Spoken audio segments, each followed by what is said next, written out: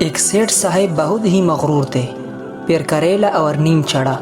London سے P H D کی degree لے کر آ گئے۔ بس پوچھئے مت، ہر وقت ڈارون کی تھیوری بنی پھرتے تھے اور دن رات سائنس اور فلسفہ بگاڑا کرتے تھے۔ ایک دن 25,000 روپے پتلون کے جیب میں رکھ کر موٹر خریدنے کے لیے بمبئی چلے گئے۔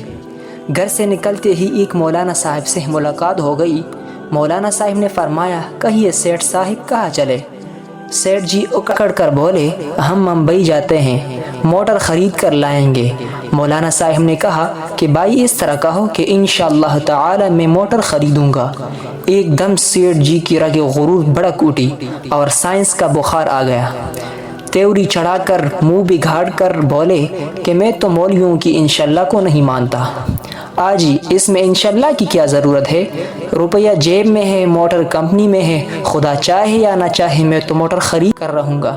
مولانا صاحب نے فرمایا کہ سیٹھ جی توبہ کرو اور ایمان رکھو کہ بغیر خدا کی مرضی کے کوئی کام ہو ہی نہیں سکتا، اس لیے ہر کام کبھی ارادہ کرو تو پہلے انشاءاللہ کہہ لیا کرو۔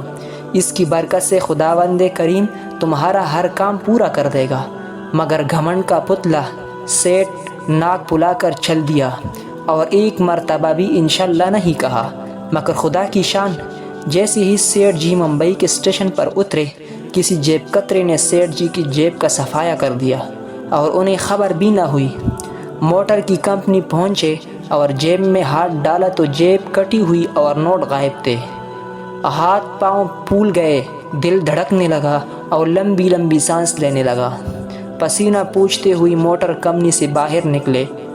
اب خیال آیا کہ واقعی مولانا نے سچ فرمایا تھا کہ بغیر خدا کی مرضی کے ذرا کام بھی نہیں ہو سکتا، بندہ اپنی جگہ سے بھی نہیں ہل سکتا، اور ہر کام کا ارادہ کرتے وقت انشاءاللہ کہہ لینے سے ہر کام بخوبی ہو جاتا ہے۔ سیٹھ جی پچھتانے لگے اور دل ہی دل میں توبہ کرنے لگے اور دل میں ٹھان لیا کہ اب بغیر انشاءاللہ کہی ہوئی کوئی بات زبان سے نہیں نکالوں گا۔ غمگین منہ لٹکائے ہوئے گھر پہنچے تو سیدھے مولانا صاحب کے پاس گئے۔ مولانا صاحب نے فرمایا، کیوں سیٹھ جی موٹر لے کر آ گئے؟ سیٹھ جی ہکلاتے ہوئی بولے کہ نہیں حضور۔ مولانا نے فرمایا، کیوں؟ سیٹھ جی کہنے لگے کہ حضرت کیا بتاؤں، عجیب معاملہ ہوا۔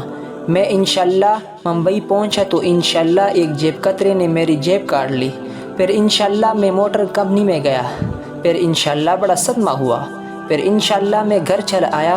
حضرت مجھ سے بڑی غلطی ہو گئی، انشاءاللہ اب ہمیشہ کہا کروں گا انشاءاللہ۔ حضرت معاف فرما دیجئے انشاءاللہ، میرے حق میں دعا کیجئے انشاءاللہ، میں ہرگز دوبارہ اس طرح نہیں کروں گا انشاءاللہ۔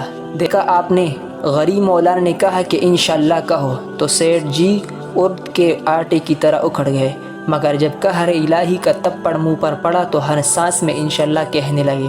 اللہ ہمیں بھی انشاءاللہ کہنے کی توفیق عطا فرمائے۔